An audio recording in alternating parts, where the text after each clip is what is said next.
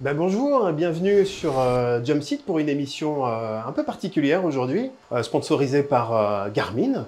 Vous voyez le logo, alors c'est la toute première où on vous invite à découvrir une partie de la gamme des pilotes automatiques avec Romain Spadini, que vous avez déjà vu d'ailleurs, C'est et qui possible. revient, que vous connaissez si vous fréquentez les salons, etc. Et il se trouve que Romain est donc le représentant Garmin Aviation en France, en Europe et puis un petit peu ailleurs. Un peu ailleurs, ouais. Un peu en Afrique, un peu au Moyen-Orient. Bonjour Fabrice et bonjour à Bienvenue, tous. merci aussi à toi et à Garmin de nous soutenir aussi dans Ouais, cette aventure folle de Jumpseat non, tout à fait. d'Aérobuzz. Ouais, c'est vraiment l'idée, hein, c'est de soutenir Aérobuzz et Jumpseat qu'on suit, enfin, personnellement et en tant que marque depuis quelques années, et venir présenter un peu à la communauté et voir un peu les questions que vous avez à nous poser sur différentes gammes de produits.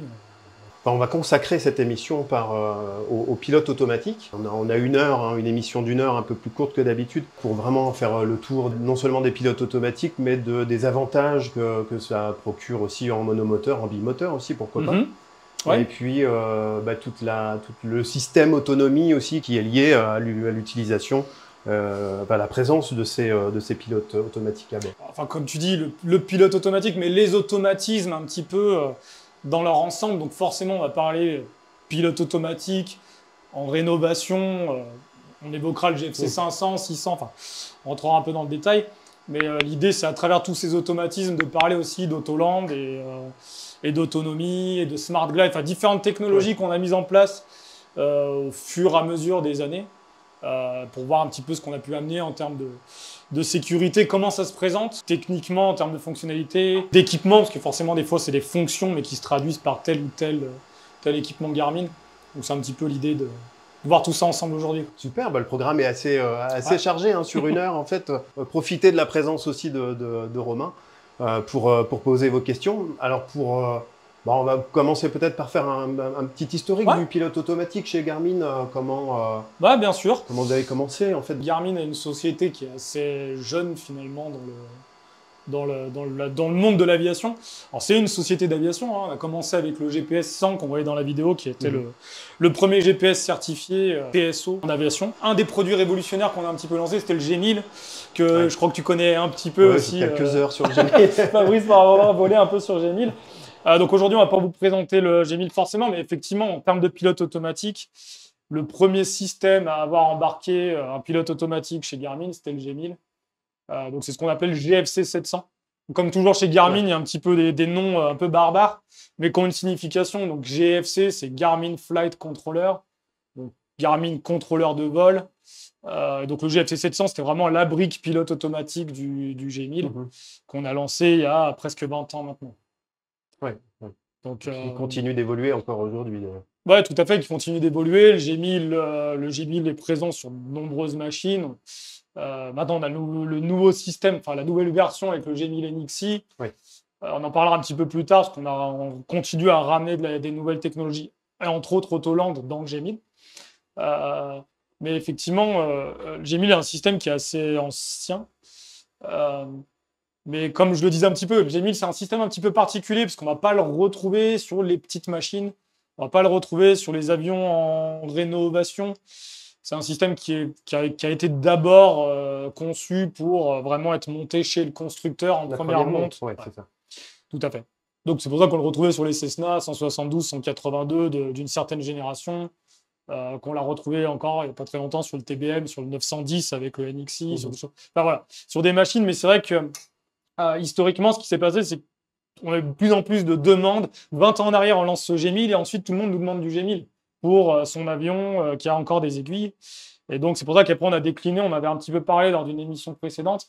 Mais le G1000 en G600, G500, etc., qui est une déclinaison plus légère. Et donc, on a fait la même chose avec les pilotes automatiques, avec le GFC 500 et le GFC 600.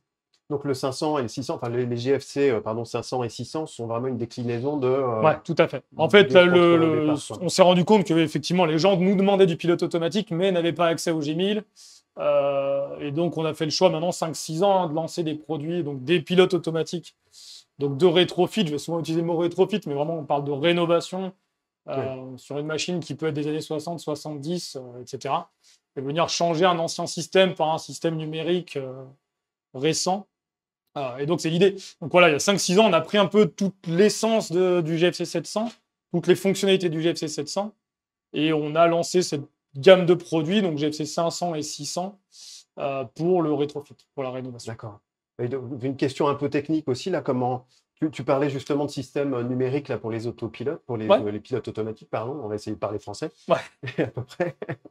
Et c'est quoi vraiment la différence majeure, enfin la plus-value en fait, hein, d'un système numérique comparé Alors, on a différents, enfin voilà, c'est vraiment, après, on rentre un peu dans la technologie des systèmes, mais c'est vrai que sur des anciens, enfin, sur d'anciennes générations de pilotes automatiques, on va souvent... Alors, en fait, il nous faut une référence. Un pilote automatique, il faut qu'il se situe dans l'espace pour pouvoir diriger l'avion d'une manière ou d'une autre. Donc à gauche, à droite, enfin en latéral, en vertical. Quoi qu'il arrive, il lui faut une référence. Pendant longtemps, ces références, ça a été soit le gyroscope de l'avion, donc le gyroscope de l'horizon de l'avion, ou bien la bille aiguille, mais toujours sur des... alors soit sur effectivement une technologie gyroscopique, soit sur une technologie pneumatique, électrique ou autre. Et le problème de ces systèmes-là, c'est qu'ils ont tendance toujours, alors, par exemple dans le cadre d'un gyro, d'une bille aiguille, on va tout le temps être en correction. Le pilote automatique, en fait, va sans arrêt chercher à corriger la référence qu'il a. Et donc, on a un système qui fonctionne en permanence en correction. Plus on a des systèmes qui étaient sur des systèmes un peu assez techniques, mais en termes d'électronique, de sinusoïdal ou de choses comme ça. Donc, toujours pas, on a des systèmes qui ont une tendance à dériver dans le temps, qui demandaient de l'entretien. Donc voilà, aujourd'hui, on est sur du numérique total. Ça fiabilise les choses et puis ça simplifie aussi, j'imagine. Voilà, tout à fait. Bon, ça, encore une fois, on est dans la technique pure, mais on parle d'HRS. Donc aujourd'hui, les références sont plus gyroscopiques ou pneumatiques, sont purement électroniques. Ouais. Donc nos centrales de cap ou autres qu'on avait avant, elles vont être remplacées par les systèmes qu'on a dans un G500, dans un G5, dans un GI 275. Et donc, c'est une référence électronique qui est fiable à 100% pratiquement, et qui n'a pas ces risques de dérive ou autres qu'avaient les systèmes pneumatiques, par exemple. Après, on avait parlé des servomoteurs, on peut parler aussi des servomoteurs. Hein. Pendant longtemps, l'ancienne technologie de servomoteur, c'était des systèmes à embrayage, donc mécanique, ou alors avec des pinouilles de cisaillement. Donc, quand on voulait avant débrayer un pilote automatique, en cas vraiment si on avait vraiment besoin d'aller au-delà des commandes du pilote automatique, il fallait forcer très fort et casser en fait le servomoteur. Aujourd'hui, on est sur de l'électronique, encore une fois. Alors, c'est des trains d'engrenage, hein, mais il y a une gestion qui est totalement électronique du système qui permet déjà de détecter les pannes en temps réel. Ouais. Donc, il y a une auto-surveillance du système. Et en plus, c'est un débrayage électronique qui va permettre plus facilement de débrayer le système et éventuellement Enfin, voilà, et pas endommager en plus les servomoteurs dans le cadre si on a un trim runaway, enfin un déroulement de trim, par exemple, ou des choses comme ça, on va pouvoir vraiment passer au-delà sans casser le système. Sans avoir un effort surhumain à fournir pour passer au-delà du PA. Alors, je crois que tu l'as déjà fait, hein, c'est quand même... Oui, on l'a fait, c'est assez viril, quoi. C'est assez viril, il faut quand même forcer, mais... Il faut y aller un peu, bon, mais en tout cas, on endommage, sur ces systèmes modernes, on n'endommage pas le système, en tout cas. Et puis bon, après, on n'en parle pas, mais en termes de poids et de fiabilité, on est sur des systèmes qui sont complètement différents. Les servomoteurs sur un GFC 500, les GSA 28, on est sur un poids de 250 grammes par servomoteur, donc on est sur quelque chose de très compact, c'est compact. très léger, donc par rapport à des systèmes avant qui étaient très lourds avec de l'inertie. Donc on est sur un système beaucoup plus moderne.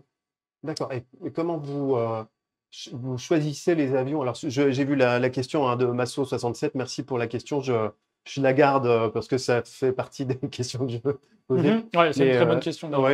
Justement, comment vous choisissez chez Garmin les avions, parce que vous avez commencé sur du Cessna, enfin du monomoteur aussi. Tout à fait. Donc effectivement, comme je te disais, le système, enfin le GFC 500, 600, ils ont été lancés en même temps.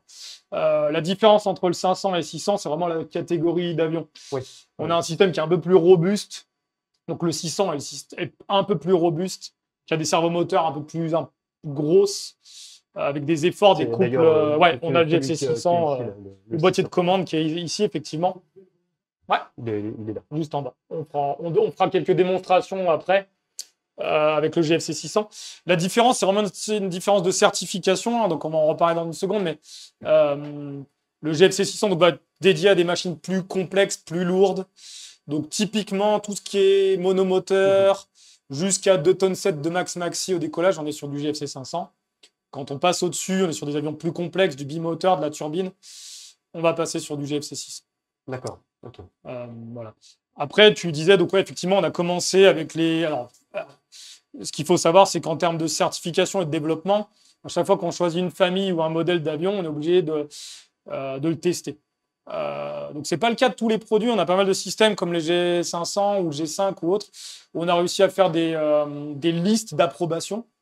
Le pilote automatique, vu que ça touche aux commandes de vol, c'est très particulier. En termes de certif, on est obligé de prendre un avion, d'installer le système et de le tester.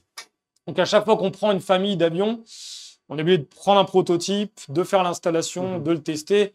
Et ça, en moyenne, ça nous prend à peu près 6 mois. Donc, entre le moment où on commence un avion et on le termine, ça nous prend à peu près 6 mois. Donc, on a commencé il y a 5 ans avec les plus courants, Cessna 172, 182. Et sur la partie GFC 600, les Beech Baron. Et aujourd'hui, on est à pratiquement une centaine de modèles couverts entre l'un et l'autre. Et vous continuez, j'imagine, de manière... On continue, donc, sans être exhaustif, mais aujourd'hui, tous les Cessna sont couverts, tous les Mooney sont couverts. On a fait le TB20, enfin ça c'est pour le GFC 500.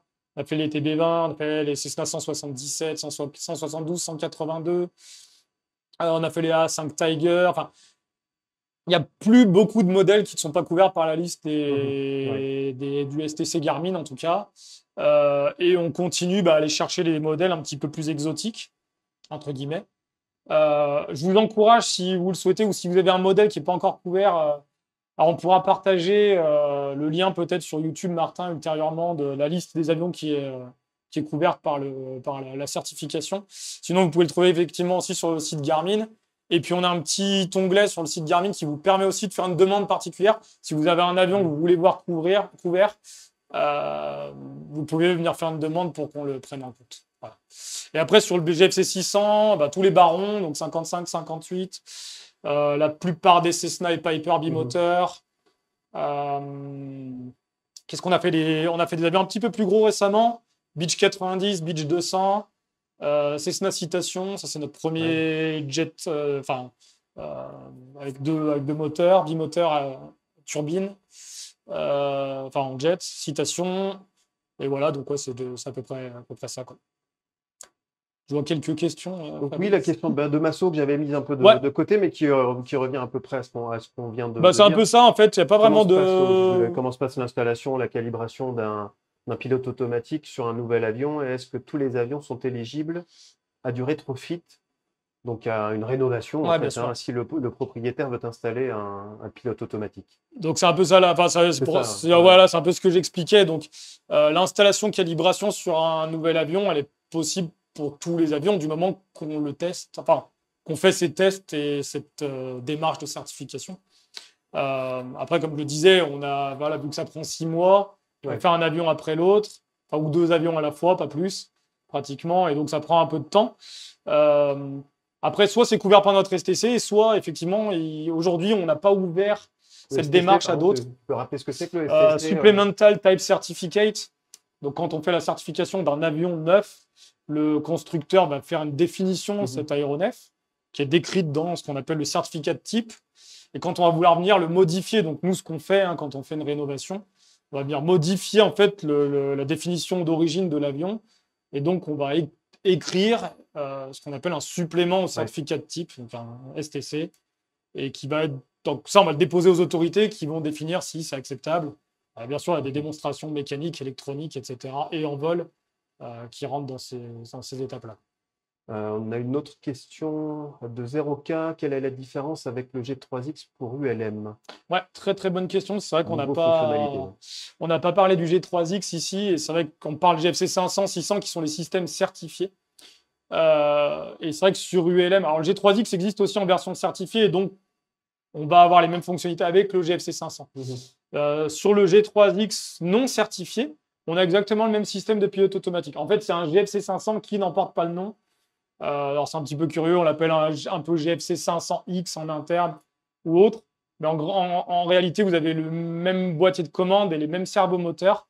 Donc, toutes les performances et les fonctionnalités du G3X sont sur ULM vont être les mêmes que le GFC 500 sur AV. Voilà. On va en revenir un petit peu, c'est la suite, hein, mais sur les fonctionnalités et les technologies de ces pilotes automatiques. Mais tout ce qu'on a, alors c'est vrai en général, tout ce qu'on a sur le GFC 700, à part quelques différences, mais les fonctionnalités et les modes vont être les mêmes pour tous les pilotes automatiques. La différence, c'est vraiment l'aspect certification. Après, on a quelques modes, on en parlera, mais l'IO damper qu'on ne va pas avoir pour des petits monomoteurs, entre guillemets, ou des briques pour faire de l'autoland ou des choses comme ça qui ne vont pas être disponibles sur ULM aujourd'hui, par exemple. Mais sinon, dans les grandes lignes, les modes et les fonctionnalités sont les mêmes. Parfait, ben on parle de pilote automatique depuis tout à l'heure, mais bon, ça sert à quoi ce truc-là? Ouais, on peut peut-être prendre place et voir un petit peu comment ça se passe oui, allez, dans la réalité. Alors, on s'installe autour du banc que nous a ramené Romain avec donc le GFC 600 qu'on a vu tout à l'heure. Et puis, je te laisse. Ouais, tout à fait. Donc, on a un banc un petit peu. Alors, ça reste un banc de simulation. On va voir que c'est un petit peu délicat des fois à tout démontrer. Mais l'idée ici, c'est voilà, on est vraiment sur une planche de bord type qu'on aurait sur un avion. Alors, plus orienté IFR, hein, sur une configuration avec donc un G500, un G600 TXI ici sur la gauche. Donc, il va nous servir de tout ce qui est instrumentation primaire. Hein. Donc, pareil, c'est un produit qu'on retrouve en première monte sur certaines machines, c'est assez rare. Mais c'est un produit surtout de rétrofit, comme on disait. Donc, c'est un mini G1000, entre guillemets, avec aujourd'hui les indications moteurs et puis toute la partie instrumentation primaire. Et puis là, on a donc deux GTN, un GTN 650 et un 750, qui sont donc nos navigateurs GPS, donc GPS comme nav. Et donc là, aujourd'hui, on a notre GFC 600, donc le boîtier de commande du GFC 600 qui est là en bas. Et donc, ça va nous permettre de voir un petit peu de simuler certains modes et de pouvoir expliquer un petit peu les modes principaux de ces pilotes automatiques. Donc, comme je le disais, les boîtiers de commande ne sont pas tout à fait les mêmes. Néanmoins, on va retrouver les mêmes modes sur un 500, un 600, ou que ce soit à travers un G500 ou un G3X, on sera sur le même système. Oui, c'est la même philosophie qu'il arrive. Ouais, tout à fait. Mais même sur, tu as fait un peu de G1000, donc tu verras que les modes sur GFC 700 finalement sont les mêmes. Pareil, le boîtier de commande va être différent, mais on va retrouver. Oui, il est un peu plus fourni, on va dire, tout à fait. en boutons, mais bon, la philosophie reste identique. Ouais, tout à fait. Donc, première chose qu'on peut peut-être voir un petit peu, donc c'est effectivement, on a ce boîtier de contrôle. Et souvent, on a une recopie, alors c'est réglementaire, on va toujours avoir une recopie des modes du pilote automatique dans le champ primaire de vision du pilote. Donc, ce qui veut dire que voilà, du moment que je vais engager ici le pilote automatique, donc là, j'ai appuyé sur le bouton. Hein. Alors, vous ne le verrez peut-être pas forcément, mais ici, en haut, j'ai le mode AP qui s'est engagé. Donc, je retrouve mon mode allumé sur le boîtier de commande. Et puis, je l'ai là en haut sur mon écran principal. Et puis, les modes qui sont engagés. Donc, souvent, on va décomposer. Donc, ici, on voit sur la gauche un mode roll. Donc, en fait, ça va être tout ce qui est paramétrage des modes latéraux qu'on va retrouver également au niveau de sur cette zone du boîtier de commande. Donc, quand vous allez prendre un boîtier de commande Garmin, vous aurez toujours les modes d'activation du PA. Donc, AP pour autopilote, FD pour flight director, donc directeur de vol. Et là, on a le yaw damper, mais qu'on va retrouver sur des machines, souvent sur des bimoteurs. Alors, il sert à quoi le yaw damper là Le yaw damper, ça va vraiment être Alors, on va rajouter une servomoteur qui va en fait contrôler la dérive. Donc, en fait, c'est surtout pour contrer les effets moteurs. C'est pour ça qu'on va le retrouver soit sur des machines avec des puissances moteurs importantes, soit sur des bimoteurs, où en fait, ça va éviter d'avoir besoin de mettre du pied, d'utiliser les palonniers. C'est le pilote automatique qui va directement contrer les effets moteurs au niveau de la dérive. Donc, voilà. Donc, c'est pour ça que ce que je disais sur un monomoteur sans puissance excessive, souvent on l'a pas, c'est une option qui n'est pas sélectionnée. Donc, on va retrouver ces modes ici, et puis ensuite, on va retrouver deux catégories. Donc, sur la gauche, souvent les modes latéraux. Quand je dis latéraux, c'est tout ce qui est guidage latéral de l'avion. Donc, on va parler du mode heading. Donc, c'est le maintien d'un cap. Le maintien d'un cap, le mode heading, Voilà. Le mode nav. Donc navigation. Là, tout à fait. Donc, mode navigation, on va avoir un plan de vol et le système va en fait suivre les points de navigation les uns après les autres sans interaction du pilote finalement. Avec la correction du vent aussi Ouais, tout à fait. associé. On a le mode approche. Bah, quand on va avoir une approche, alors on va peut-être pas trop le détailler aujourd'hui, le mode approche. Souvent, on est en mode nav, donc quand on est en navigation, du moment qu'on va intercepter le glide, alors ça va être, même s'il n'y a pas de glide aujourd'hui avec les approches GPS, Oui, on c'est a un ça. pseudo-glide, Oui, t'as un faux glide, un mais glide virtuel, un entre glide guillemets. virtuel, voilà, tout à fait. Du C'est un point moment, dans l'espace, en fait, oui. tout à fait. Donc, du moment qu'on va couper en fait cet axe de glide, là, on va pouvoir passer en mode approche. Et donc, on va avoir un guidage latéral et vertical au niveau de l'approche du pilote automatique. Le glide va nous donner une pente, en fait, d'approche vers un point défini, donc la piste, comme le fait un ILS, un Instrument Landing System conventionnel, mais là, avec un point dans l'espace qui n'est pas matérialisé, qui est un point GPS, en fait. Tout à fait. Je vois quelques questions. Ouais. Ouais, justement, tu vois. Alors, on revient sur du rétrofit. Là, on revient un petit peu Ouais. en arrière sur le rétrofit. C'est le plus compliqué, la question de GRLD 748. C'était le plus compliqué de rétrofiter un avion ancien ou d'installer un avion, sur un avion neuf. Par définition, on va souvent dire que c'est plus compliqué d'installer sur un avion ancien parce qu'il y a une dépose de l'ancien système et de l'ancien câblage ou des interactions entre le système et ce qu'on va conserver sur l'avion. Ouais. Souvent, Ouais. quand on fait du rétrofit, on va peut-être changer que cet écran et on va conserver un ancien transpondeur, une ancienne com ou autre. Et dans ce cadre-là, on va devoir faire des interfaces qui sont un peu plus compliquées. Après, tout l'intérêt du rétrofit, c'est de ne pas racheter un avion neuf qui va souvent coûter plus cher, mais de pouvoir soit acheter un avion ancien, soit conserver son avion qu'on a déjà et le remettre au goût du jour, moyennant un coût qui est réduit par rapport au coût d'un avion neuf. Hein. Donc c'est un peu l'idée. Mais je dirais que c'est plutôt plus compliqué que d'installer dans une carcasse neuve où on n'a rien du tout, mais c'est pas du tout le même cas de figure. Et Masso67 qui nous demande qui te demande s'il y a une différence de précision et de certification entre les AHRS de G1000 et de G500. Non, alors on est passé sur différents systèmes. Aujourd'hui, ils partagent même les mêmes AHRS. Je crois qu'on a mis les mêmes AHRS sur G500 et sur G1000. Ça va dépendre des types d'aéronefs. On aura des AHRS qui vont être aussi différentes sur des avions très performants qui montent plus haut.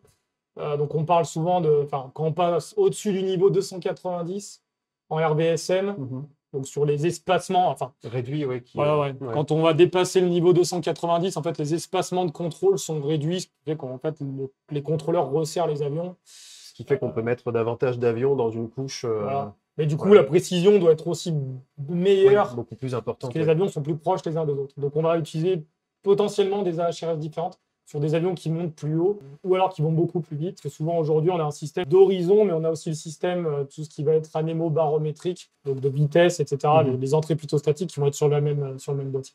Ouais. Donc, oui, on parlait du Flight Director en fait, dont on avait une question tout à l'heure. C'est le bouton là qui permet d'afficher ou non des petites moustaches qu'on va retrouver sur l'écran, sur le G500, et qui sont en fait un indicateur, une aide au pilotage en fait, qui donne une tendance au décollage ou en vol en palier ou même à l'atterrissage. Voilà, c'est une aide au vol, quoi. Tout à fait. En fait, on va faire la différence entre pilote automatique et directeur de vol. C'est-à-dire que le directeur de vol peut ça vous indique, par exemple, imaginons que je veux prendre un cap vers un VOR, peu importe. Je peux donc, par rapport à mon navigateur, prendre le cap vers ce navigateur. Si je le mets en mode pilote automatique, mon pilote automatique va me diriger directement vers ce VOR. Par contre, si je me mets en directeur de vol, en fait, les moustaches vont m'indiquer le virage que je devrais prendre pour rejoindre ce VOR, mais il ne va pas le faire automatiquement. Donc en fait, c'est une aide, comme tu disais, c'est une aide au pilotage. Il m'indique, donc il me dirige pour me dire ce qu'il faut que je fasse, mais c'est moi qui pilote. Ouais. On a parlé donc des modes latéraux, donc cap, leading, nav, donc navigation, approche. Bon, on va pas parler du back course, c'est vraiment très spécifique au GFC 600. Et ensuite, on a les modes donc verticaux. Quand on va parler vertical, c'est le guidage de l'avion en montée et descente, hein. Donc les différents modes, ça va être le mode, alors pas forcément dans l'ordre, on a le mode VNAV. Alors la VNAV, on fera une petite démonstration après. L'idée, c'est de rentrer un plan vertical dans notre système de navigation et le système va automatiquement suivre des points en descente ou en montée. Alors, plutôt en descente, hein, quand on parle de VNAV d'ailleurs. Ensuite, on a le mode IAS, donc Indicated Airspeed. Donc là, en fait, Indicated Airspeed, donc vitesse air indiquée, si on traduit. Donc ça va vraiment être notre vitesse indiquée au niveau de notre écran ici. Donc soit de notre G500, de notre G5 ou autre. Hop, plutôt là, du coup. Et donc, on va pouvoir dire au système qu'on veut maintenir une vitesse. Souvent, en fait, c'est pour les montées. On connaît la montée, on connaît la vitesse de montée initiale d'un avion, 70 nœuds, 80 nœuds. Et donc, pour éviter tout décrochage ou autre, en fait, lors de la montée, on va plutôt le faire en mode IAS. Donc, on va sélectionner 70, 80 nœuds. On va engager le mode IAS au décollage. Et donc, quand on aura notre pilote automatique sur la montée initiale, automatiquement, il va prendre le bon angle, la bonne assiette pour maintenir ses 70 nœuds. D'accord. 80 nœuds, etc. Donc voilà le mode IAS. Le mode vertical speed, c'est du mode, dès qu'on va vouloir faire une montée ou une descente vers une altitude, soit en montée ou en descente, on va pouvoir également lui dire je veux monter à telle vitesse. Donc c'est la vitesse verticale, hein. Ouais. Donc on va dire 500 pieds minute, 800 pieds minute, 1000 pieds minute en fonction des performances de l'avion. Souvent, on ne va pas trop l'utiliser comme disant en montée parce qu'on a un risque de décrochage. On peut dire à l'avion monte à 1000 pieds minute, mais vu que sur un système comme celui-là, on ne connaît pas les informations ou la puissance du moteur, il peut tenter de monter sans jamais y arriver parce qu'il n'a pas la puissance nécessaire et se casser la figure. Ouais. C'est pour ça qu'en montée, on va privilégier l'IAS, l'Indicated Airspeed. Et puis ensuite, on a le mode Alt, donc ça va être le maintien d'altitude qu'on va voir un petit peu après. Et puis le bouton Level, on y reviendra aussi dans un instant. Je te propose qu'on fasse une petite démo de 2 ou 3 modes. Oui, tout à fait. N'hésitez pas si vous avez encore des questions, hein, sur les différents systèmes. Donc là, on voit que notre système, on va le prendre tel qu'il est, hein. Donc on vole à 5000 pieds. On est sur une vitesse indiquée de 110 nœuds à peu près. Là, en l'occurrence, mon pilote automatique est engagé. Donc je suis en vert et mon directeur de vol aussi. Alors si vous le voyez à l'écran, hein, du moment qu'on va engager ou désengager le directeur de vol, nos moustaches ici vont passer, soit elles vont être pleines, soit elles vont être vides en fonction du fait que si le pilote automatique est engagé ou non. Pas le directeur de vol, pardon. Le directeur de vol reste toujours avec ce système en stand-by à minima.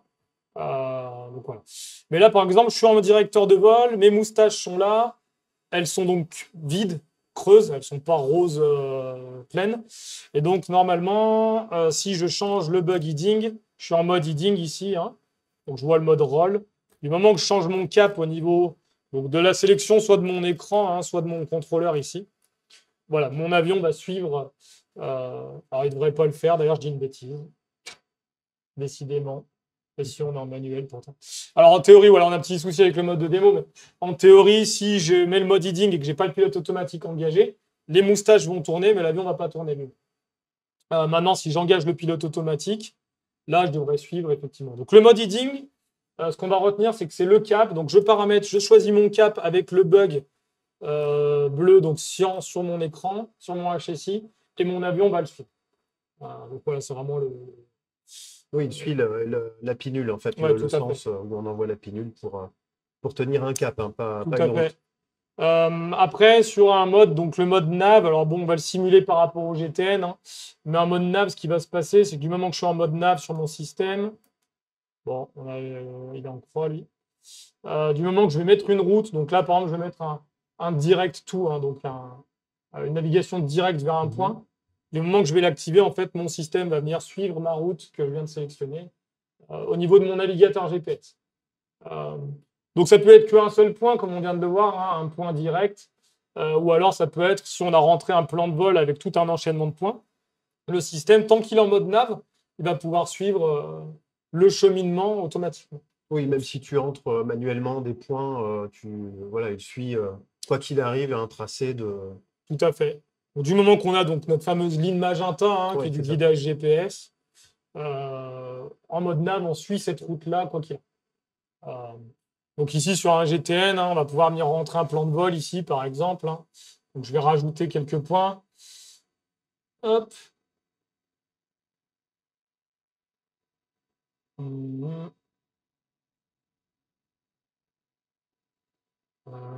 vais mettre un GoTo ici.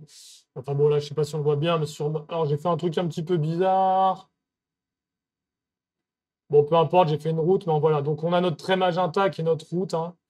Donc là, je vais de Lyon-Bron vers Grenoble-Isère. Non, bah, pas Lyon-Bron, alors j'étais où? Non, enfin, ma position actuelle vers Grenoble-Isère, vers Lyon-Bron. Et donc j'ai un cheminement avec toujours en magenta la route qui est active actuellement, donc le leg de ma route qui est active. Et donc en mode nav, je suis simplement cette route. Donc voilà. Ok, alors il y avait une petite question. J'avais une 0K qui demande, il y a de l'autothrust comme sur un avion de ligne. C'est une automanette en fait sur le. Ouais, tout à fait. Et ça, on a peut-être prévu d'en parler un petit Ouais, peu tout à fait. plus tard, enfin dans la partie plutôt consacrée Tout à fait. Alors, à l'autonomie. alors, oui et non. J'allais dire pas en rénovation, pas en rétrofit, mais c'est plus vrai depuis peu. Ouais, on va en parler juste après, parce qu'on va parler un peu Autoland, etc. Donc on reviendra sur la monomanette qui rentre plus dans ce cadre-là. Mais effectivement, là, comme je le disais tout à l'heure, en cas de montée ou de descente, on a risque de décrochage parce qu'on ne contrôle pas le moteur sur ces systèmes-là souvent. Par contre, dans le cadre où on a une monomanette, effectivement, ça rajoute un autre automatisme qui va nous permettre de faire plus de choses. On va en parler dans le cadre d'Autoland. Ça va nous permettre de pouvoir réduire la vitesse de l'avion, descendre, sortir des volets, faire des choses comme ça. Là, enfin, je reviens un peu sur le pilote automatique. Il intervient vraiment sur deux axes, en fait, sur Ouais, sur l'attitude et puis sur roulis, sur le roulis. roulis et tangage, oui, roulis et tangage, ça. En fait, après, c'est par action combinée qu'on va contrôler sur 3 axes. Oui, sur le troisième axe. Tout à fait. Après, au niveau des servomoteurs, sans rentrer dans les détails, mais on peut les rajouter sur les trims également pour avoir les trims automatisés. Plutôt que d'avoir un pilote automatique qui va enfin, voilà, automatiser les axes, mais qu'on doit toujours corriger le compensateur. Ça, on peut l'automatiser. Donc sur les modes latéraux, je pense que voilà. Après, on a le mode approche dont on a parlé. Donc là, même système, sauf que quand on va venir intercepter enfin le plan de descente, là, on va pouvoir passer en mode approche. En mode approche, oui. Ouais, à partir de l'interception de Tout à fait. la descente. Ouais, je le précise parce que souvent, on a un problème, c'est que les gens ne savent pas trop quand passer entre le mode nav, passer du mode nav au mode approche. Et donc souvent, la règle, la théorie, c'est que quand on vient intercepter ce plan de descente, donc je crois, tu connais mieux que moi, Fabrice, mais je crois qu'on intercepte par le haut. Oui. Voilà. Toi, tu viens intercepter par le haut ton plan de descente, et du moment que tu l'interceptes, là, tu peux passer en mode approche. Oui, on passe en approche à ce moment-là. Masso67 qui a un simmer, tiens, qui connaît le GFC 500 grâce à MSFS. Quelle différence avec celui-ci Quasiment aucune. On va avoir les mêmes modes. Seule différence qu'on peut avoir, c'est le yaw damper qu'on va pas forcément retrouver sur le 500, quoique, ça dépend des avions. Et puis des choses comme le back course qu'on n'a pas. Mais sinon, les autres modes sont tous les mêmes. La différence, c'est que sur le boîtier de contrôle du GFC 500, on n'a pas d'écran. Donc tout va se retrouver au niveau d'un G5, d'un GI 275 ou d'un G500 TXI. Et également, ce système va être capable le GFC 600 va être capable de plus fonctionner en standalone, donc seul, parce qu'il a une référence. Donc on parlait d'HRS tout à l'heure. Il a cette référence en interne qui n'a pas le GFC 500. Enfin, voilà. Mais sinon, sur les fonctionnalités, les mêmes. Quasiment les mêmes. On parlait de G5, là, tu parlais de G5 à l'instant. J'avais juste une question moi, sur l'affichage des modes engagés. Comment c'est la même chose que sur le G500 à peu près, globalement? Oui, tout à fait. Sur le G5, malgré qu'il soit beaucoup plus petit, oui, on parle d'un indicateur, remplacement d'un horizon, on va retrouver l'affichage des modes sur le haut sur le bas de l'horizon. D'accord. Okay. C'est un petit peu plus petit quoique, c'est un peu plus petit que sur le G500. Mais du moment qu'on a des instruments de navigation primaire dans le champ de vision du pilote, un horizon quel qu'il soit, en tout cas chez Garmin, sur les systèmes modernes, on aura ces modes pilote automatique affichés.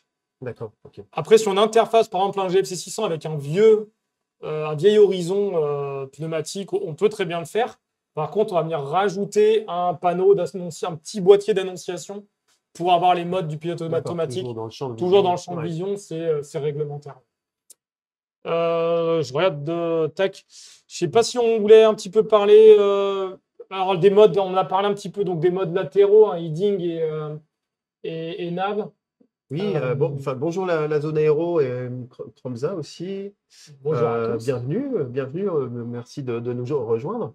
Et oui, excuse-moi, Non, pas de souci. Romain, on peut Mais parler ouais, effectivement du VNAV. bah voilà, on en parlait un petit peu du mode IAS, donc on va venir sélectionner une vitesse et on va maintenir cette vitesse pour monter. La VNAV, ce qui est intéressant, alors c'est un petit peu plus pointu, mais par exemple, j'ai un plan de vol ici sur mon GTN. Je ne sais pas si on peut zoomer un petit peu, Martin. Hop, super. Et donc, par exemple, je vais avoir une arrivée. Alors, on peut très bien aller. On allait sur Grenoble-Isère, à Alpes-Isère. Ici, je vais venir. Donc, c'est vraiment plus pour de l'IFR. Et si on a du GTN, on va pouvoir charger une approche. Donc, si je charge une approche, donc ici, je vais venir choisir mon approche sur Grenoble. On arrivait par l'ouest. Donc, peut-être plutôt la 27. Bon, je sélectionne une AirNav LPV. C'est un des avantages des navigateurs. On y reviendra peut-être sur une prochaine émission. Mais voilà, je peux charger toute mon approche ici. Je l'active. Et donc, ici, j'ai directement un point qui m'envoie vers mon Final Approach Fix, donc le FAF. Ça, c'est pareil, tu connais mieux que moi, Fabrice, mais voilà, c'est un de tes points d'approche. Voilà. Oui, c'est un point dans une procédure IFR qui fait qu'on approche, enfin, pour faire vraiment très grossièrement, on approche de la piste, hein, on approche de la phase d'atterrissage. Voilà, donc on a différents points qui nous amènent jusqu'à la piste en IFR. On a souvent, alors des fois, pas toujours, mais on a un point intermédiaire qu'on appelle l'IAF, donc Intermediate Approach Fix. Et on a le point final avant vraiment de déclencher justement le plan de descente. Avant la descente vers la piste, quoi. Et donc l'avantage, c'est que voilà, ce qu'on voit ici sur un GTN, par exemple, c'est que par rapport à ces approches, on ne les invente pas, c'est publié par les autorités. Il y a des plans définis et qui sont très précis. Hein. D'ailleurs, il ne faut pas sortir des clous du tout. Ah oui, bien sûr. Et là, par exemple, on voit qu'au FAF, il faut qu'on soit à 3700 pieds. Sharp. Donc vraiment 3700, pas plus, pas moins. Pour des contraintes d'environnement, etc. Enfin, d'antennes, souvent, qui sont à proximité, de relief aussi. Et donc là, l'avantage, c'est qu'en fait, le système le sait tout seul. Il nous le dit tout de suite que voilà, il faudra qu'on soit à 3700 pieds à cet endroit-là. Donc souvent, quand on va faire une VNAV, ce qu'on va faire, c'est qu'on sait que c'est 3700 pieds. On va venir ici sur notre écran principal sélectionner, donc au niveau de notre sélection d'altitude, on va venir sélectionner cette altitude-là, donc 3700. Alors là, bon, c'est le système qui est automatisé, donc il commence déjà à descendre. Mais ce qu'on va pouvoir venir faire ensuite, je vérifie juste que je vais bien vers ce point-là. Ouais. Ce qu'on va pouvoir faire ensuite, c'est appuyer sur le bouton VNAV et il va me faire mentir. Donc l'idée, c'est vraiment de se diriger directement vers ce point et d'avoir le plan de descente. Donc bon, là, on a un petit... Pardon, hop. Bon, il ne veut pas me le prendre. Mais bon, en gros, c'est voilà, l'utilité du VNAV, c'est j'ai ma contrainte d'altitude, je la reporte au niveau de ma sélection d'altitude ici, et ensuite j'arme la mode VNAV, ce qui fait qu'en fait mon système, quand il va arriver au top of descent, donc au moment où il faut commencer à descendre pour maintenir une vitesse de descente, enfin, un taux de descente qu'on aura défini à l'avance, le système va faire la descente en fait automatiquement. Voilà, vers les 3700 pieds. Et quand il arrivera à 3700 pieds, il va maintenir l'altitude. Donc c'est un petit peu dur à démontrer avec le système. Mais, et après, le système dont on parlera un petit peu après, on reviendra vers les questions, mais on a effectivement ce mode level, donc ce petit bouton bleu qu'on retrouve sur tous les pilotes automatiques Garmin. Et ce qui se passe, donc vous voyez mon avion est en descente, j'appuie sur le bouton level, il va passer automatiquement en mode de sécurité, mettre les ailes à plat. Ils vont encore me faire mentir, c'est pas possible. Enfin voilà, la théorie, c'est que souvent, c'est plus pour le pilote. Alors moi, je dis souvent en VFR. Il a capturé les... Ouais, je pense que c'est les modes de démonstration qui troublent un peu le système. Peut-être falloir qu'on soit en manuel ici. Peut-être. Mais voilà, l'utilité de ce bouton level, c'est vraiment de... Donc si souvent, si le pilote est déboussolé, et c'est un peu les statistiques qu'on retrouve parfois pour un pilote VFR qui rentre dans la couche en IMC, on dure très très peu de temps d'être très vite déboussolé. Donc l'idée, c'est que si le pilote perd un peu les notions de où est-ce qu'il est, il est un petit peu déboussolé, en appuyant sur ce bouton level, on met les ailes à plat et on maintient l'altitude. Donc c'est vraiment un système de sécurité qui permet de dire je sais plus ce que je fais, je sais plus où j'en suis, j'ai besoin de respirer un peu, j'appuie sur le bouton, je maintiens tout à plat. Donc, voilà. Oui, c'est vrai que enfin, les occurrences de perte de référence en vol et puis de perte de contrôle en vol sont enfin, majoritairement la cause des accidents en aviation légère. Et donc, du coup, enfin, le pilote automatique, plutôt enfin, d'alléger la tâche aussi du pilote, bah, sécurise aussi quelque part son vol et puis, bah, puis les occupants aussi de l'avion. Euh, on parlait justement du mode level, mais enfin, je rebondis un peu sur les questions. Euh, Kromza, par exemple, qui Ouais. nous dit dangereux ce mode IAS, dans quel cas l'utiliser plutôt un mode FLC. Alors ouais, effectivement, en fonction des machines, je vois que Chromza apparemment a l'habitude du G1000 sur Mustang, il Ah nous oui, dit il a dit par plus haut, ouais. ailleurs. Effectivement, les modes ont des appellations différentes. Alors, j'ai pas l'explication exacte, je me souviens plus exactement pourquoi. Je crois que parce que sur des machines un peu plus performantes, on va parler souvent. Ouais, je sais plus exactement. Je reviendrai là-dessus, mais effectivement, les appellations différentes en fonction des systèmes. Alors là, on parle plutôt G1000, G3000, effectivement. Alors, est-ce qu'on parle plutôt en flight level et c'est pour ça qu'on a le mode FLC? J'ai un peu un doute. Après, je vois une question sur pourquoi dangereux l'IAS. On l'a un petit peu expliqué. Le problème de l'IAS, c'est que on va demander à l'avion de maintenir une vitesse, et lui, il va le faire quoi qu'il arrive. C'est-à-dire que si je lui demande de... Alors, non, pas dangereux l'IAS, c'est pas l'IAS qui est dangereux, c'est le mode, C'est le mode, oui, c'est le mode de VS, donc Vertical Speed, qui serait dangereux en montée. Le mode IAS, lui, n'est pas dangereux, au contraire, il va maintenir une vitesse, et donc par définition, on ne risque pas un décrochage puisqu'on maintient toujours cette vitesse. Donc l'avion, pour maintenir la vitesse, il va jouer sur l'assiette, donc il va monter ou descendre le nez de l'appareil pour toujours maintenir cette vitesse. Donc décrochage, on risque rien. Par contre, le risque, il vient du fait que si on fait une montée en disant je veux monter à 800 pieds minute, très bien, on donne 800 pieds minute, l'avion va maintenir 800 pieds minute, mais vu qu'il ne connaît pas la puissance moteur, sauf dans le cas où on a une monomanette, il potentiellement risque d'écrouler la vitesse en voulant maintenir un taux de montée. Et là, c'est dangereux parce que du coup, on risque le décrochage, effectivement. Oui, merci Kromza pour l'explication. Ouais, effectivement, j'ai pas bien la notion non plus, la différence entre FLC qu'on retrouve comme mode sur les boîtiers de commande sur certains avions avec des performances plus élevées par rapport au mode IAS. Kromza qui nous dit FLC, ça maintient une vitesse jusqu'à un vario 0 en altitude. Ouais, effectivement. Je ne sais pas quelles sont les différences, on renseignerait, mais j'essaierai de ramener la question en commentaire merci, sur YouTube. Et donc, du coup, pour résumer, puis aller un petit peu plus avant, qu'est-ce qui fait que le pilote automatique protège aussi l'avion? C'est quoi les limites, en fait? On a plusieurs choses. Alors, bon, après, c'est des arguments qui vont parfois être un peu commerciaux, entre guillemets. Là, on parle vraiment des avantages en termes de sécurité. Oui, c'est ça. C'est ce qu'on vend également aux autorités, c'est qu'on dit que pour un appareil, même en VFR, aujourd'hui, le pilote automatique, il apporte plutôt une brique de sécurité supplémentaire qu'autre chose. Alors, OK, il apporte une complexité potentielle si on ne sait pas s'en servir, oui, ça, ou s'il tombe en panne.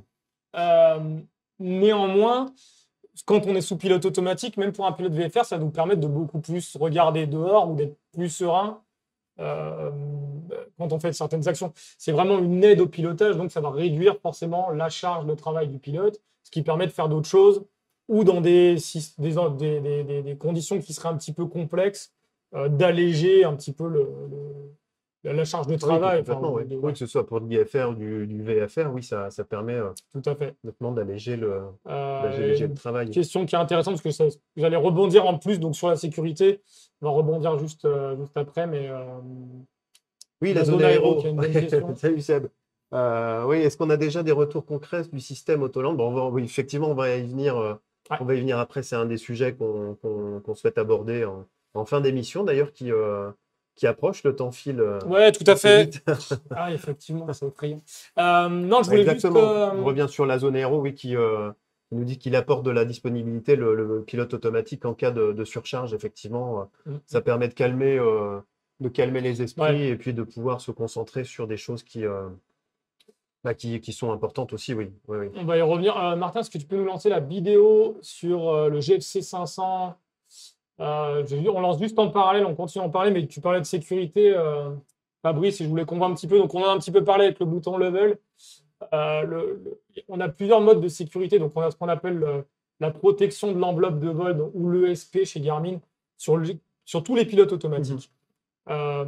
Qu'est-ce que ça va faire? On va le voir sur la fin de cette vidéo qui dure 2 minutes à peu près. Donc, on vous présente les pilotes automatiques. Vous allez voir le boîtier de contrôle du GFC 500 et celui du 600. Donc, vous pouvez voir un petit peu les différences. Ce qui va être intéressant, c'est que même si on est en directeur de vol, donc même si on pilote à la main, le pilote automatique n'est pas en route, on a un système de surveillance des paramètres de l'avion en permanence. Ce qui fait qu'on va pouvoir protéger l'utilisateur. Ouais. Donc, quand je dis protéger l'utilisateur, il y a surtout 3 choses qu'on va faire. C'est qu'on va protéger de la survitesse, de la sous-vitesse et éventuellement du survirage également. Donc, vous allez voir sur la fin de cette petite vidéo, on va voir un avion, un petit modèle d'avion. Donc, si en fait on approche, alors c'est paramétré à l'installation, hein, si l'avion approche la vitesse de décrochage, en fait le système va automatiquement ramener le nez vers le bas pour regagner de la vitesse et éviter le décrochage. Il va faire l'inverse si on arrive à une survitesse, donc si on approche la vitesse à ne jamais dépasser, la VNE il va plutôt remonter le nez. Et en cas de survirage, pareil, donc souvent on va paramétrer à 45 degrés, il va durcir au moins les commandes ou voire ramener l'avion sur un axe. C'est désactivable quand on fait de la mania, hein, en appuyant 2 fois sur le bouton AP de mémoire. Mais voilà, sinon on a ce système de protection-là en permanence sur les GFC 500 ou 600, donc ça c'est assez intéressant. Donc en permanence, ça veut dire pilote automatique engagé ou non. Ou non, ouais, tout à fait. Et comme on en parlait tout à l'heure, si on veut effectivement aller au-delà de ce que fait le pilote automatique, soit on le déconnecte. Alors souvent sur le manche ou sur le volant, on a un bouton AP Disconnect qui permet de déconnecter très rapidement le pilote automatique. Ou vraiment, si on force, alors il faut forcer fort, mais si on force, on va débrayer ce système de pilote automatique. Une des questions aussi qui revient, c'est en termes d'alarme sonore. Est-ce qu'il y a des alarmes sonores sur la désactivation du père? On vient d'en parler, par exemple. Oui, alors il y a des alarmes sonores quand on désactive. On a les alarmes sonores sur, de toute façon, la survitesse, la sous-vitesse. Hein, alors les too low speed, on a le stall warning sur le décrochage. Enfin, on va avoir pas mal d'alarmes différentes en fonction des systèmes utilisés et en fonction des alarmes. On le voit, mon fameux petit avion. Et voilà. Mon baron. Le moteur. Non, c'est parfait. C'est là où on voulait en venir, vraiment. Donc voilà, on voit l'ESP donc, qui nous ramène les ailes un peu à plat si on va trop en survirage. Il va remonter le nez en cas de survitesse ou le rabaisser en cas de sous-vitesse. Et le bouton level, donc voilà, l'avion il part un peu, je ne sais pas trop comment, paf, on remet tout à plat.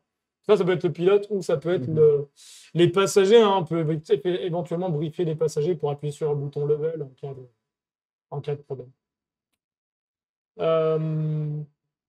Ouais, ça nous fait un peu rebondir du coup sur le AutoLens, je pense. Tout à fait, oui.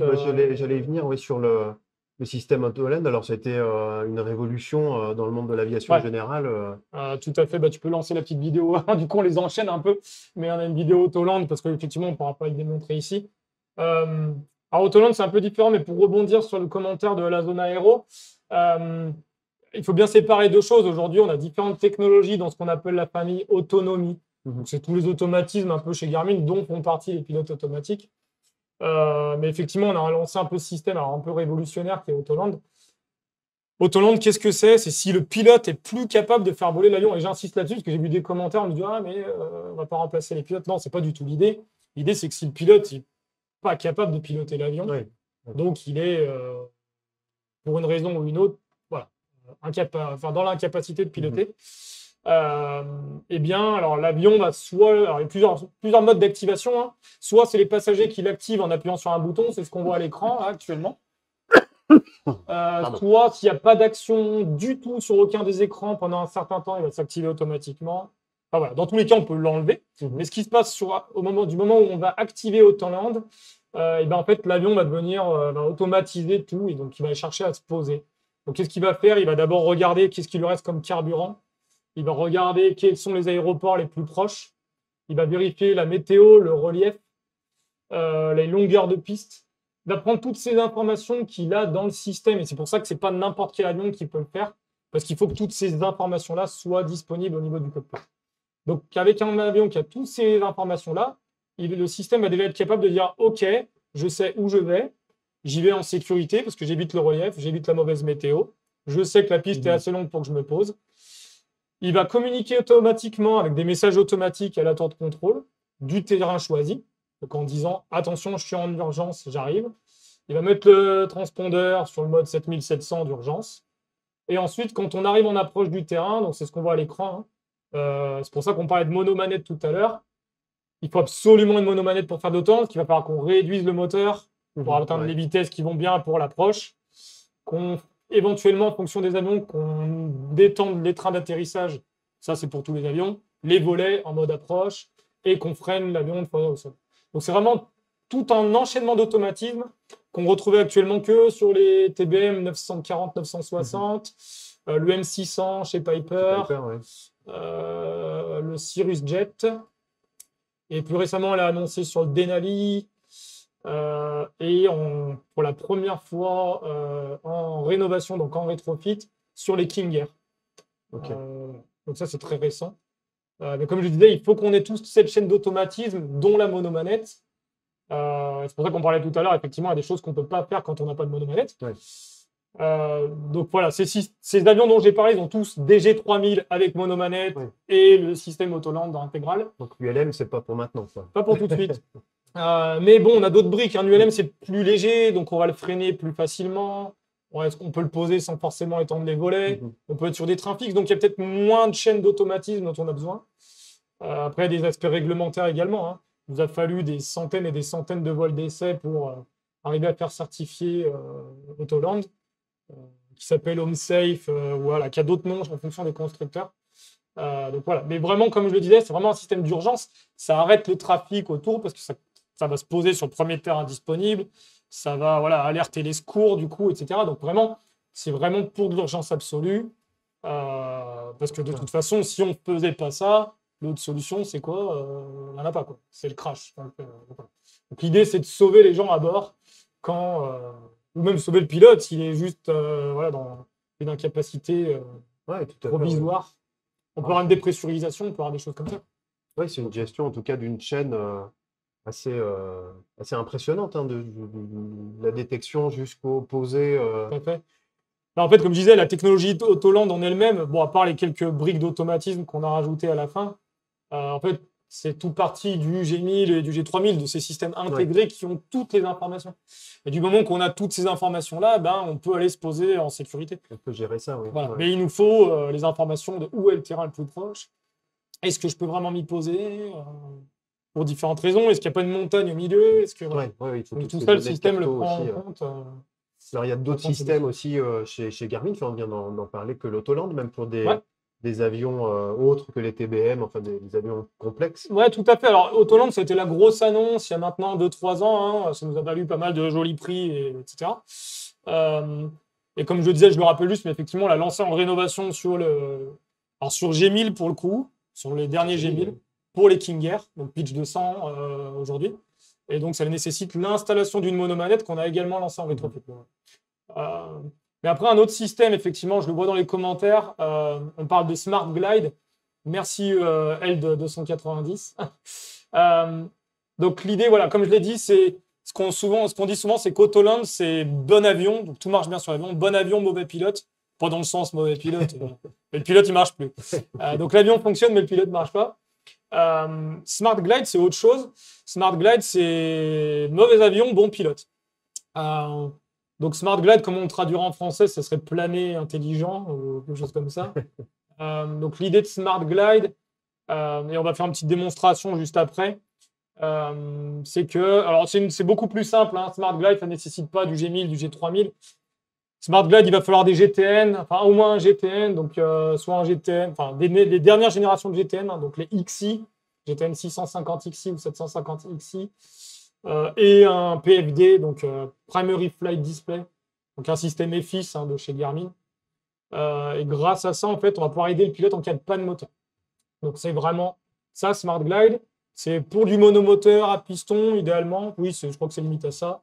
Mon moteur coupe, je suis en panne moteur.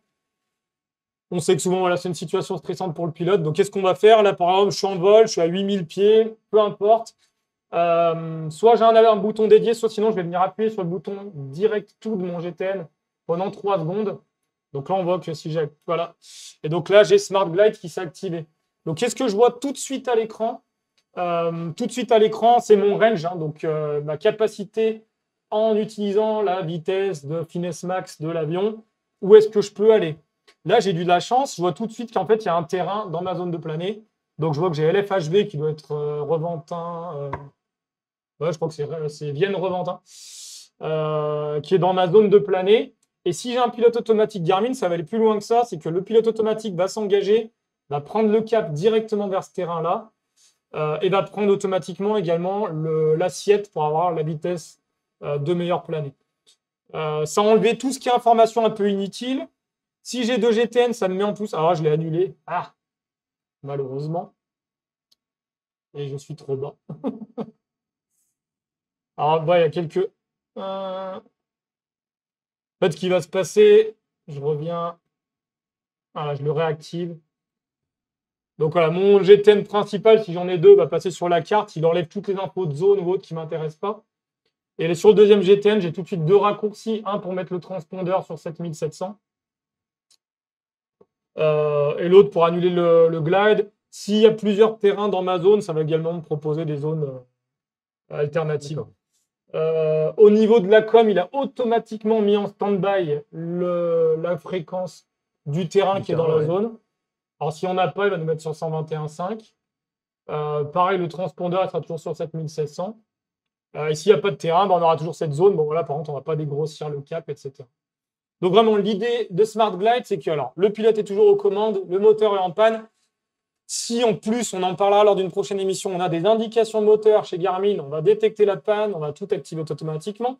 Mais sinon, c'est le pilote qui active. Qu'est-ce que ça fait? Ça prend la vitesse de meilleure planée, ça dégrossit le cap vers le terrain le plus proche s'il y en a un.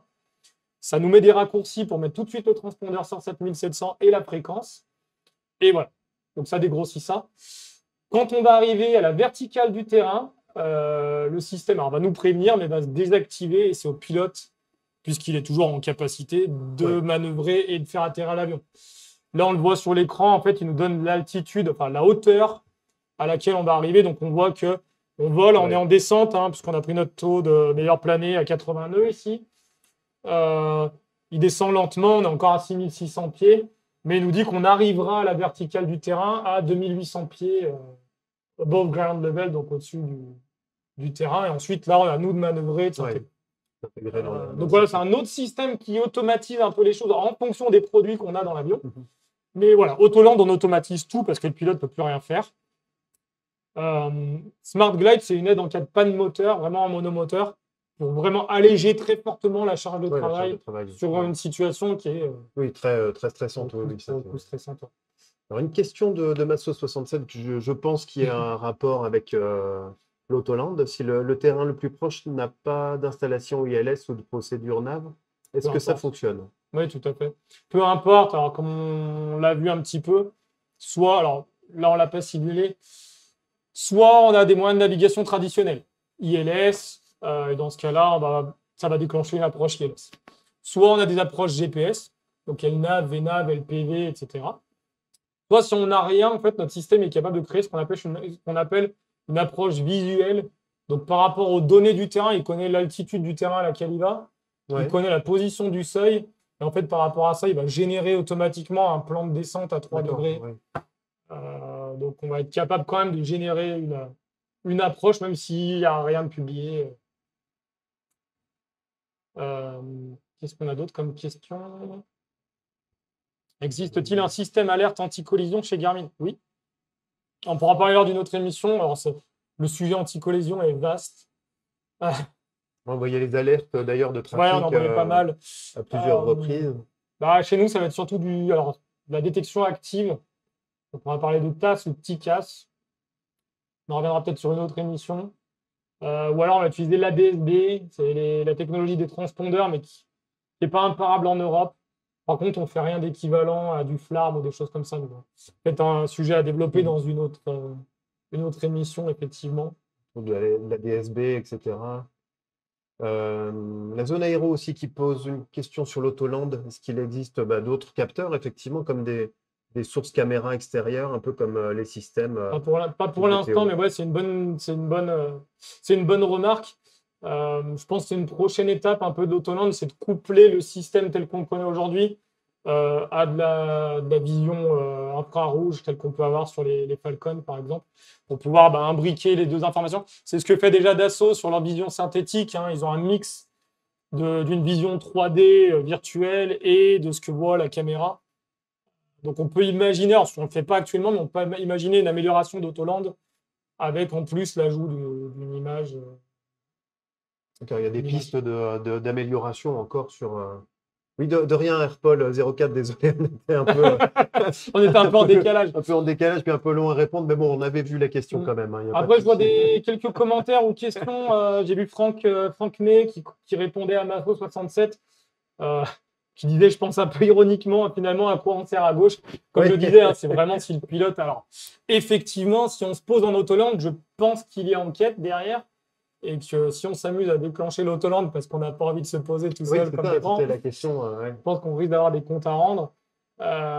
Donc vraiment, l'idée, c'est vraiment de l'activer uniquement en cas d'urgence absolue. Comme tu le disais, il y a quand même une alerte qui est envoyée Ouais, tout à fait. au service d'alerte, quoi. Donc, Tout à du fait. coup, il faut pouvoir justifier Je pense. tout ça. Je pense. Je crois qu'on a eu un cas, enfin, hors vol de test, qui ont été très nombreux. On a eu un seul déclenchement, mais qui n'a pas été jusqu'au bout. C'est-à-dire que le pilote l'a déclenché et finalement, ça a été mieux et il a pu reprendre les Il peut contrôles. reprendre, oui. Euh, Et c'est ce que demandait d'ailleurs la zone aéro. Est-ce que tout à l'heure, un petit peu plus, est-ce qu'on a un retour comment dire, de l'utilisation justement de l'autoland? voilà, c'est un peu ça. Alors, on a fait comme je disais, on a fait des centaines de vols. Enfin, nous, on a fait des centaines de vols. Les constructeurs ont fait des centaines de vols avec leurs avions. Donc, c'est plutôt, enfin, voilà, ça a été certifié par la FAA et les EASA, donc c'est concluant. Mais effectivement, pour l'instant, et tant mieux, ça n'a pas servi plus que ça. Enfin, on n'a pas eu d'atterrissage complet en autoland, dans la vraie vie, avec un pilote inanimé ou autre. Après, on a eu d'autres systèmes de sécurité dont on n'a pas détaillé et on n'aura pas forcément le temps aujourd'hui. Sur les avions pressurisés, on a ce qu'on appelle l'Emergency Descent Mode, donc le mode de descente d'urgence. Je ne sais pas si ça avait été, je crois, relevé par Aerobuzz. Hein. Il y avait eu un citation qui a volé tout seul, accompagné par des chasseurs jusqu'en Suède ou en Norvège, tout droit. Alors, il devait être en mode heading, lui, du coup. Il allait tout droit jusqu'à ce qu'il ait plus d'essence. Et apparemment, ça semblerait être une dépressurisation, certainement. Là, ce qui est bien, c'est qu'avec le système, sur un avion pressurisé, on est capable de détecter une dépressurisation et de faire automatiquement descendre l'avion pour que les pilotes reprennent conscience. On a aussi ce qu'on appelle le Smart Rudder BIOS. C'est assez barbare. Il faut une traduction. Hein. Ouais, en fait, c'est le fait c'est surtout sur certains bimoteurs, c'est le fait avec le GFC 600 de pouvoir contrôler. On parlait du yaw damper tout à l'heure, donc du contrôle de la dérive. En fait, tu as dû le faire en entraînement, toi, Fabrice, qui est qualifié sur bimoteur. Mais en cas de perte d'un moteur au décollage sur bimoteur, voilà, ça, pareil, situation que je souhaite à personne. Non, c'est pas franchement très amusant. Qui est très, très accidentogène parce qu'il y a un réflexe souvent de mettre la puissance sur le moteur restant et du coup, l'avion part en tonneau et c'est souvent dramatique. Là, ce qui se passe, c'est qu'en fait, le système est capable de détecter une panne sur un des deux moteurs et d'automatiquement réduire la puissance sur l'autre ou d'inciter le pilote à le faire, de contrer tout de suite la dérive parce que l'effort sur la dérive est effrayant lors d'une panne sur les. Enfin, voilà. On a quelques autres systèmes. Et contre la dérive. Enfin, contre la dérive. D'accord. Et on donne les indications au pilote pour vraiment contrôler le moteur restant. Ah oui, ça allège grandement. Mais réellement, pour avoir vu, enfin, je ne l'ai pas fait personnellement, je ne l'ai pas eu, mais j'ai un client qui a une K, ça pour le coup. Et il dit qu'il a. Enfin voilà, ils se sont rendus compte tout de suite de la panne. Mais ce qui aurait été pratiquement catastrophique en réalité, parce qu'il aurait fallu tout de suite mettre du pied à fond, panique, un peu de gestion du moteur, c'est avéré plutôt une situation assez souple parce qu'il avait ce système-là et il a. Je ne dirais pas qu'il il s'en est pas rendu compte, mais il l'a moins senti que. Ça permet de gérer plus facilement la panne, quoi. Donc voilà, l'idée, c'est vraiment pas de remplacer, et on est pilote tous les deux. Il y a beaucoup de pilotes chez Garmin, donc l'idée, c'est pas de remplacer les. Ah oui. Un petit peu rouge sur les écrans, on regarde l'autre. Il s'est posé en Smart Glide. Mais voilà, l'idée, c'est pas du tout de remplacer les pilotes, mais c'est de les aider. réduire la charge de travail et puis d'apporter des briques de sécurité sur des situations qui sont, voilà, en termes d'accidentologie, dramatiques, quoi, souvent. Donc l'entrée en IMC avec le bouton level, Smart Glide pour la panne moteur, Autoland, bon là c'est vraiment pour le pilote complètement HS. La panne d'un moteur sur bimoteur au décollage avec le Smart Rudder. Et puis voilà, puis l'Emergency Descent Mode pour la dépressurisation. Voilà, déjà ça couvre un paquet de cas d'accident aujourd'hui. Voilà. On vole bas, oui. On vole bas. Non, ça va, ça s'est rétabli là, 8000 pieds, donc ça va. Ouais, j'ai pas trop remonté à la gamme. Petite question de LD 290 sur le GSA15. Effectivement, un produit assez nouveau chez Garmin. Je relève la remarque, parce qu'effectivement, alors c'est pas un radio ultimate, c'est un indicateur de hauteur. La technologie est vraiment différente. Ce qui est intéressant, c'est que on peut imaginer à l'avenir, et c'est pour ça qu'on continue à lancer des produits comme ça. Donc, qu'est-ce que fait le GSA15? C'est un produit qui nous permet d'avoir la hauteur sol, la vraie hauteur sol au niveau du système et pas une altitude GPS ou autre. L'avantage de ça, c'est que ça peut, et sur des machines plus légères, en l'occurrence actuellement, je crois qu'on n'est que sur machines non certifiées, donc ULM. Le fait de connaître la hauteur par rapport au sol peut nous permettre, par exemple, de faire un arrondi. Donc, on peut imaginer qu'on pourrait faire du Smart Glide et rajouter la partie arrondie. C'était sur Jumpseat hier, je crois. Une très belle vidéo d'un avion, d'un ATR de Royal Air Maroc qui nous faisait un bel non arrondi à l'atterrissage. Quelques rebonds. Donc voilà. Ben, merci la zone aéro, ben, à bientôt, hein, le fidèle. Ouais, ben, je crois qu'on a mangé notre heure. Puis, on a mangé notre heure. Oui, je crois, oui. Dernière question sur le chat. Est-ce que... une question très intéressante de LD 290. Ouais. Et on va pas se cacher. Effectivement, alors le LD 290 tu demandes quel est le problème sur les GSA 28 pour qu'il y ait un rappel de beaucoup des cerveaux. Donc effectivement, on a eu un rappel et on a toujours une campagne de rappel sur donc les GSA 28. Je le rappelle, c'est les cerveaux moteurs du GFC 500. On a eu quelques cas, c'est terminé. On a eu quelques cas sur le GFC 500 de déroulement de trim. On en a parlé en début d'émission. Le déroulement de trim, qu'est-ce qui se passe? C'est que vous activez votre pilote automatique en montée et à un moment donné, il continue à monter. Jamais eu de drame parce que souvent, soit on pousse sur le manche, ça se déconnecte, soit on a le réflexe de déconnecter le pilote automatique. Mais effectivement, on a eu certains soucis sur les GSA 28. Ce problème-là a été réglé. On a fait des mises à jour sur le GFC 500. Mais en fait, on s'est rendu compte qu'on a eu quelques problèmes de qualité sur les GSA 28. Et on a une campagne donc, qui continue parce qu'on a voulu en fait étendre pour tous les clients qui ont des GSA 28. On a fait une sorte d'extension de garantie à 5 ans. Donc, normalement, la garantie est de 2 ans sur nos systèmes. Et vu qu'on a rencontré pas mal de problèmes sur ces GSA 28, on a une campagne qui continue. Donc, si vous avez un GFC 500, vous pouvez faire remplacer vos GSA 28 à tout moment, du moment qu'elles sont dans les 5 ans depuis achat. Donc, ce n'est pas vraiment une campagne de rappel qui est toujours active. La campagne de rappel, normalement, est à peu près terminée. Par contre, on donne toujours l'opportunité aux clients qui se sentent impactés ou qui ont un doute de pouvoir faire remplacer leur servomoteur pendant 5 ans, au lieu de 2. Mais effectivement, il y a eu une campagne de rappel pendant un certain temps, due à ces problèmes de déroulement de trim. De trim intempestif. Mais qui a été réglé. Alors, moi, j'ai une dernière question aussi sur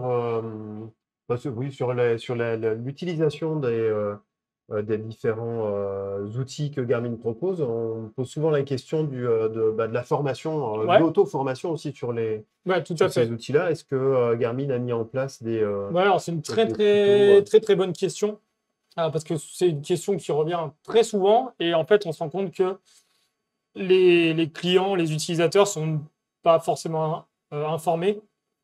En plus, souvent, vous allez dans des ateliers d'installation qui font très bien leur travail, qui connaissent très bien les systèmes, savent très bien les installer, mais vous n'allez pas toujours tomber sur un pilote qui sait vous expliquer comment ça fonctionne. Donc voilà, c'est des fois un peu délicat. Pour répondre à ta question, on a de plus en plus d'outils disponibles sur Internet. Entre autres sur Internet. Premier outil que vous avez pour les GTN, G500,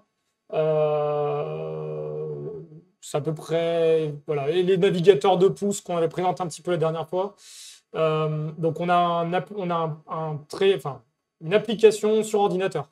Vous allez sur le site Garmin, vous cherchez le site Garmin, vous tapez PC Trainer et on a fait une mise à jour de nos systèmes sur PC qui permet de simuler un petit peu tout ça, l'environnement et voilà, manipuler un petit peu tous ces systèmes. Ça, c'est un premier outil. Deuxième outil que vous avez, on a pas mal d'applications, alors surtout sur iOS, donc sur iPad. Vous avez GTN Trainer, qui est une application gratuite. Vous avez TXI Trainer pour les G500. Vous avez GPS Trainer. Donc, si vous cherchez ces 3 applications-là, l'avantage, c'est que sur iPad, c'est tactile. Ça reproduit vraiment les opérations qu'on a sur ces systèmes-là pour pouvoir manipuler. Ensuite, on a énormément de vidéos. Alors, malheureusement, elles sont c'est pour ça qu'on essaie de faire un peu ces présentations aussi avec Jumpseat. On a beaucoup de vidéos sur notre chaîne Garmin Aviation sur YouTube. Donc, vous pouvez aller sur YouTube, sur Garmin Aviation. Et là, il y a tout un tas de vidéos, de tutoriels pour nos systèmes, sur tous nos systèmes pratiquement. Vous pouvez également aller sur flygarmin.com où vous retrouvez toutes ces vidéos de formation. Et sur flygarmin.com, vous avez également des formations payantes avec instructeurs, également en anglais pour la quasi-totalité. Je vois une question pour le G3X, le trainer G3X.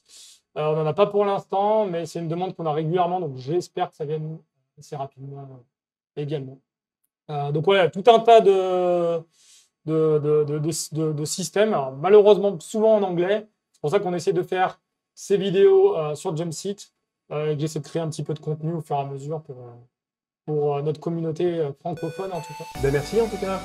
Merci Fabrice. Ben merci à toi et puis à Garmin. C'était un plaisir. Et puis on se donne rendez-vous bientôt pour un autre sujet. Ouais, tout à fait, on se revoit bientôt, effectivement.